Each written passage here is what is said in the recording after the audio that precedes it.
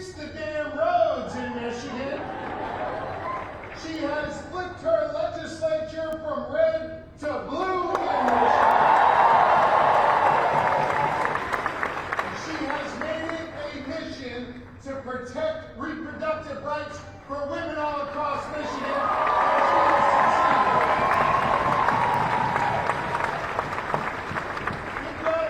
She cut taxes for seniors. She created jobs in the auto industry. She invested in students. She protected our freedoms. Big Gretch got a whole lot done in Michigan. I couldn't be more grateful to have her as a dear friend, a colleague, and as someone who has shown governors the way on how to make meaningful change in their communities. Governor Whitmer, thank you for being here.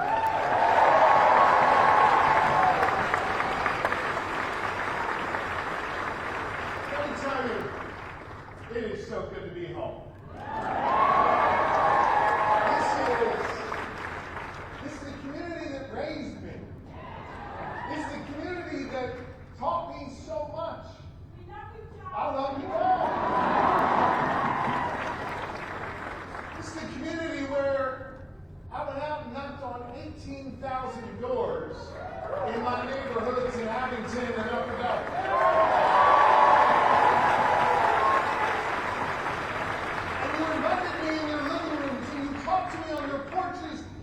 Shared with me your fears, and you told me about your hopes, and you sent me to the Capitol to fight for you, and I've never forgotten the lessons you taught me.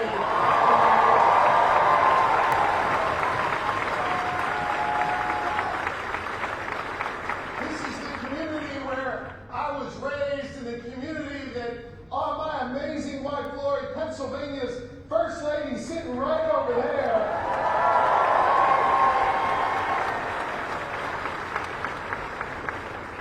She and I have chosen to raise our 4 children.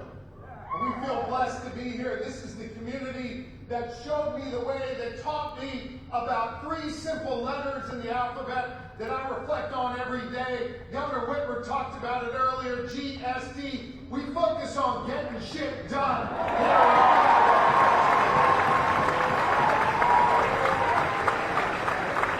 It was those lessons that showed me the importance of a quality public education, and as your governor, we've invested more in public education than at any other time in our Commonwealth.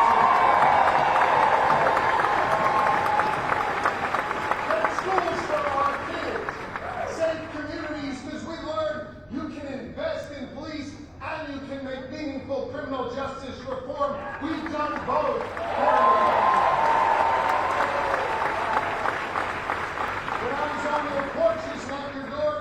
Talk to me about making sure we could breathe clean air and drink pure water. It's right there in Article 1, Section 27 of our state constitution, and we are delivering that here in the Commonwealth of Pennsylvania.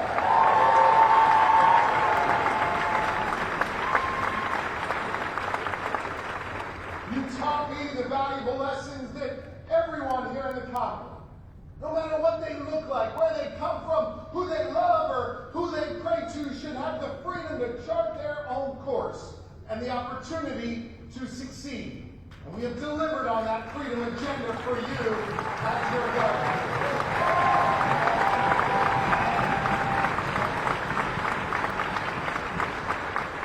But the most important lesson you taught me on those doors is the importance of being for the people. Standing up for the people over the power. You know who else stands up for the people every day? Kamala Harris stands up for the people every day. She sure does. She was a prosecutor, a tough as nails prosecutor, who went after dangerous criminals, but also had a heart to stand up for our victims. She was Attorney General like me, and let me tell you something. She wasn't afraid to take on the powerful. She took on those opioid companies. She took on the big banks. She took on the polluters. And when she looked them in the eye, she won every single time.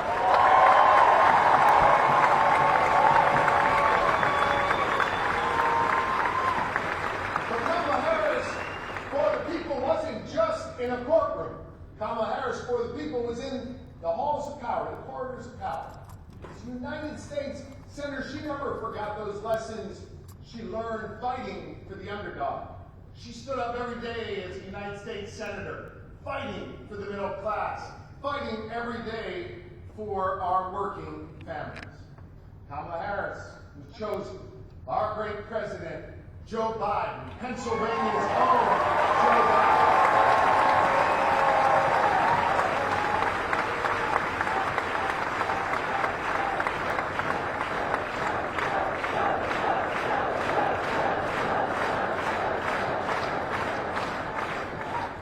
He chose Kamala Harris to not just campaign with him, he chose Kamala Harris because he wanted to govern with her and because he knew she was ready. Vice President Harris has been battle-tested. She is ready to not just be the standard bearer of our party, but to be the 47th President of the United States.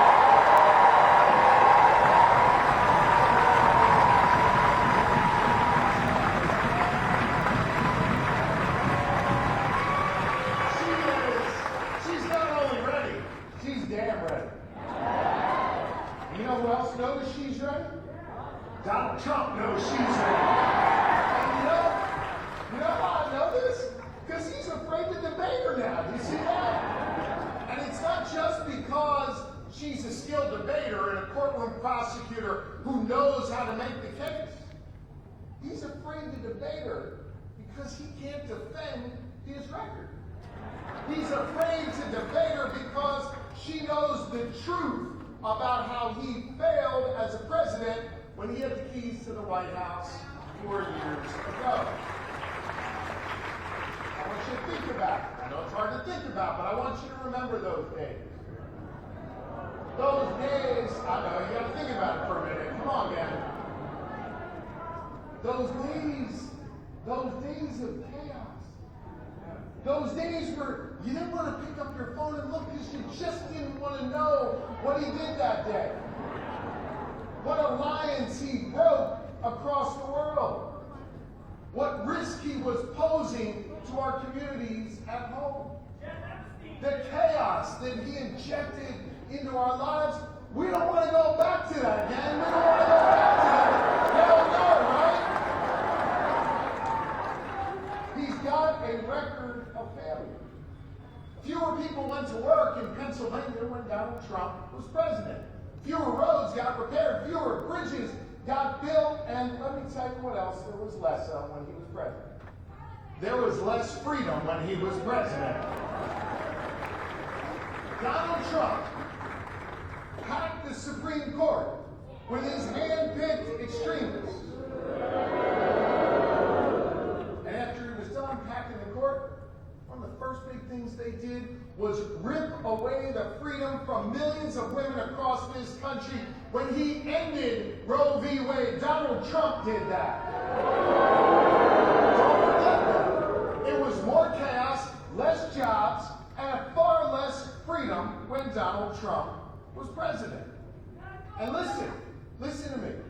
He did that when he had no earthly idea how to be president back then. I'm serious. He didn't know what he was doing.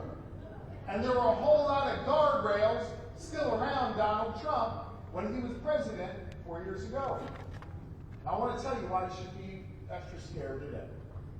Remember that same Supreme Court that he packed in order to rip away women's fundamental freedoms? That same Supreme Court, his buddies he put on, just ruled that the rule of law doesn't apply to Donald Trump anymore. They literally ruled that. He is dangerous. He is destructive. And the guardrails are off. And here's the other thing. He's told us what he wants to do. Y'all go crack open that whole Project 2025 thing. Go take a look at what his buddies and all his former staff wrote. That is, hold on, I'm going to repeat it. These are not my words, these are the words this guy in the front row. That's some scary shit right there. That's what he just said. It's really scary. more of your freedoms. It is an agenda to use the police and the military in this country to settle scores with his enemies.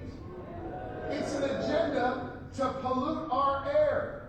And it's an agenda to undermine our public health and our public safety. It's written right there in that whole Project 2025. So the guy's more dangerous because he knows what he's doing. He's got no guardrails around him anymore, and he's told us what he wants to do. What Maya Angelou said, when someone tells you who they are, believe them. Believe them the first time. He's told us what he wants to do. And he has shown us who he is. He has shown us as a guy who doesn't love this country. He really doesn't. You see him every day. He's going on and on about all the bad stuff in this country. Let me tell you something. Here in America, we are producing more energy than ever before, giving us more freedom and more national security. Let me tell you something else. Our economy under Joe Biden and Kamala Harris is growing faster, stronger than ever before, and we are kicking China's butt for the first time in generations. Let me tell you something else. Not just here in Pennsylvania or in Michigan, but this morning in America, more people went to work than ever before in our nation's history. This is a great nation. And so, to Donald Trump. Stop shit-talking, America. This is the greatest country on the face of the earth. Let's start acting like it.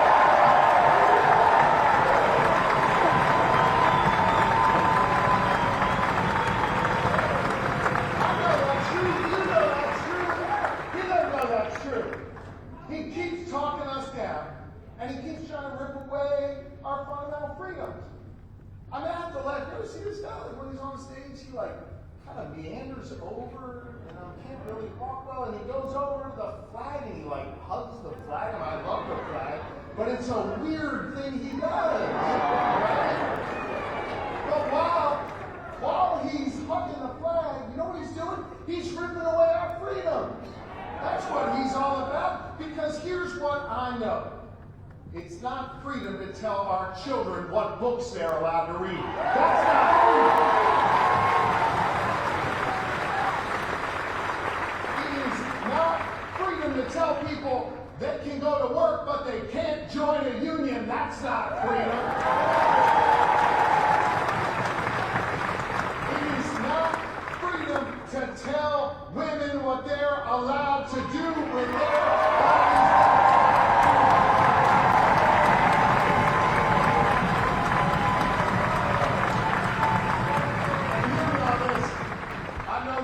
Because I was Attorney General when he was trying to stop your votes from being counted. It's not freedom to tell people they can go vote, but he's going to pick the winner. That is not freedom. And that is what we have to stop.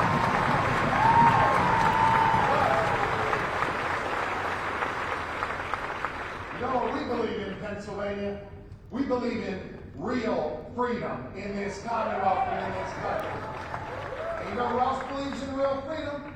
Kamala Harris believes in real freedom.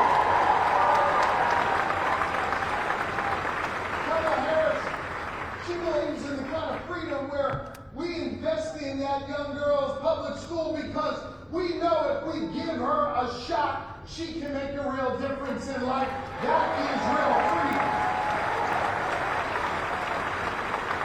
Kamala Harris knows we got to invest in public safety to keep our communities safe so that young girl, when she walks to school and home, she can get to and from her mama safely. That is real freedom. Kamala Harris knows real freedom means giving everybody in every community, especially communities that have been hollowed out and left behind, economic opportunity. That is real freedom, and that is what we are fighting for. Kamala Harris knows women need to have the freedom to make decisions over their own bodies. Kamala Harris knows people need to have the freedom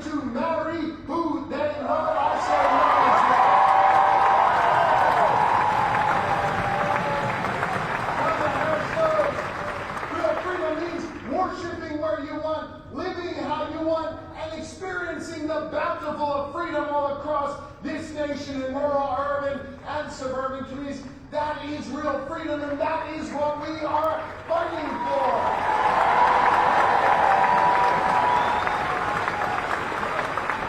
Now, Donald Trump sure is dangerous. And we've seen how close these elections can be. 55,000 votes between Pennsylvania and Michigan back in 2016. It's scary what he's proposed in this project 2025. It's scary that the guardrails are off. But let me tell you something, friends. I'm more optimistic than ever before.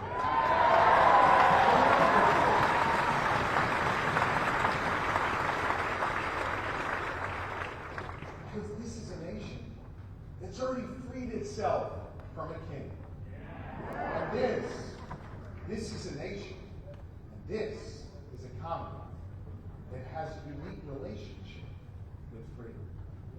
It was here 248 years ago, just about 15 miles from where we are right now, at Independence Hall, where patriots decided to declare independence, where patriots gathered in taverns, town squares, decide that they wanted to be able to choose their own future, their own destiny. That work was here in the Commonwealth of Pennsylvania, the birthplace of democracy. And that work continues and falls to us today. Go back and look at the trajectory of the American story. Over the last 248 years, it's been patriots who have gathered in those taverns, in those town squares, and today on TikTok. I'll laugh about TikTok. That's an important place to gather. But it's been ordinary Americans coming together, rising up, demanding more, seeking justice, seeing something wrong and trying to make a right in their communities. You see, the story of America, the progress that we have made here, hasn't just been made by powerful people with titles next to their names. It's been made by all of you deciding that we want to go in a different direction, deciding that we would stand up to kings and instead stand together with patriots. You see, the reason why I am optimistic is because we have been here before. And as a nation, we have always come through it. We have always gotten better. We have always gotten stronger. We have always gotten more just as a society.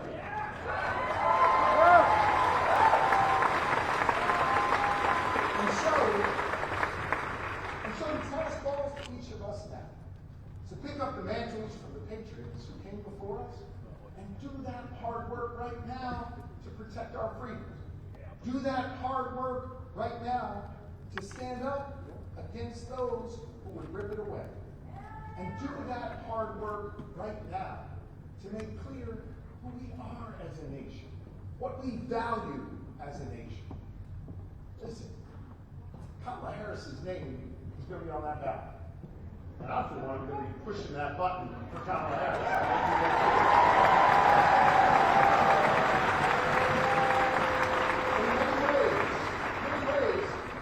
This election isn't just about a name on the ballot. It's an election about all of us and what it is that we're willing to fight for, what it is that we're willing to work for, and what kind of future we want to build for our children and our grandchildren. Well, I don't know about you. I want a future that is cleaner and greener. I want a future with better schools.